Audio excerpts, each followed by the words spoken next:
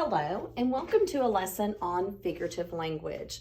I am Brenda Fuller. Welcome to Chaos in the Class. Today we're going to talk about figurative language.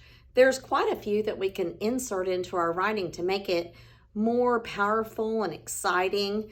For instance, if you just want to talk about saying, well, the car drove down the street.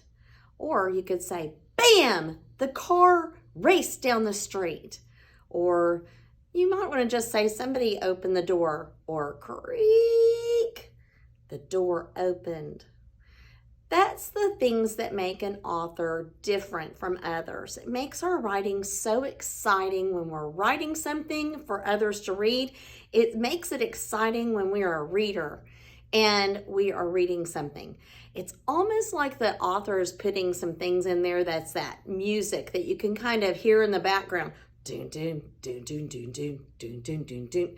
You can almost envision the character in a dark alley and the music starts playing and nothing ever good happens when that happens. So when we're using figurative language, we're painting a picture with our words. Ready to listen to the different types? You're going to be able to see reading or you're going to be able to watch reading, listen to reading, read reading. I'm not sure. Just enjoy your books and watch what the author does to make it exciting.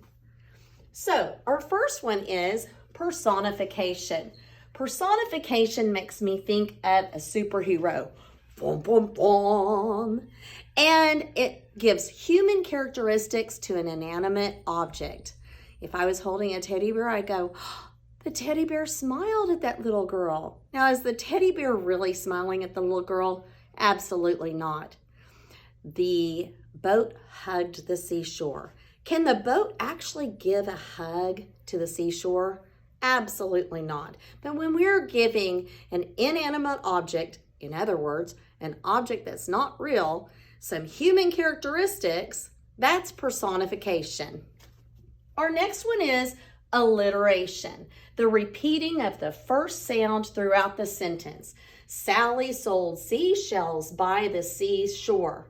Do you notice the s? That's right. And there are different types there are times that an author is going to want to add that alliteration. Don't just force that to happen. There are times that it really makes sense to put that in your writing. There are times that it makes sense to, as a reader, for us to read that in our writing. When I think of alliteration, I oftentimes think of our poems. Twinkle, twinkle, little star. You hear all those t-t-t. Now, assonance is a word that means the repeating of the same vowel sound throughout the sentence. That doesn't necessarily mean it's going to be the beginning vowel sound. It means it's just the vowel that's repeated. The rain in Spain falls plainly on the plain. Is that how that goes? Let's look. This rain in Spain falls mainly on the plain. There you go. Hyperbole. Hyperbole. It makes me think of hyper. Hyper kids, hyper teachers, people with too much coffee, hyperbole. That's when something is exaggerated. Oh my gosh, Miss Fuller, this homework's going to take me 1,000,000 years to do this. No, it's not.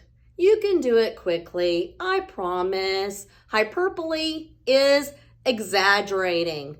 Big exaggerations.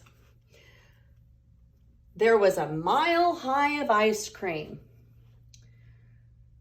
Onomatopoeia. Try saying onomatopoeia 3 times. Onomatopoeia, onomatopoeia, onomatopoeia, onomatopoeia. Onomatopoeia is a fun word. It's a sound device. That's when authors want to paint that picture. Crash. Everyone looked to see what fell. Metaphor compares two things to each other, connecting them with is or was. My mind is an ocean. She is brilliant. Simile uses like or as to compare two things. My mind is like an ocean. A cliche, that's an overused word or phrase. No pain, no gain. LOL, LOL. Or I heard like, oh my gosh, like she was wearing this and like she then wore that and like, oh, what was the deal with that hair? Oh my gosh, like. Overused words, cliche. Idiom, that's slang. Language for a specific group of people. Texans, y'all come back now, you hear? It's slang words that is more informal. When we are writing for a specific audience, we want to have our formal speech going on, not like we're texting one another. Idioms are like when there are phrases that don't mean exactly what they say. When pigs fly, will that ever be acceptable? It was so hot outside, why, we could fry eggs on the sidewalk. Those are your idioms. Be sure to include some figurative language, but not too much, just enough to paint a picture and give some clarity to the writing, to the reader. You want to make your writing exciting, and so try to use a few of these when you are writing. Enjoy figurative language and have a great day. Now, be sure to click that bell up at the top and subscribe to this YouTube channel, Chaos in the Class.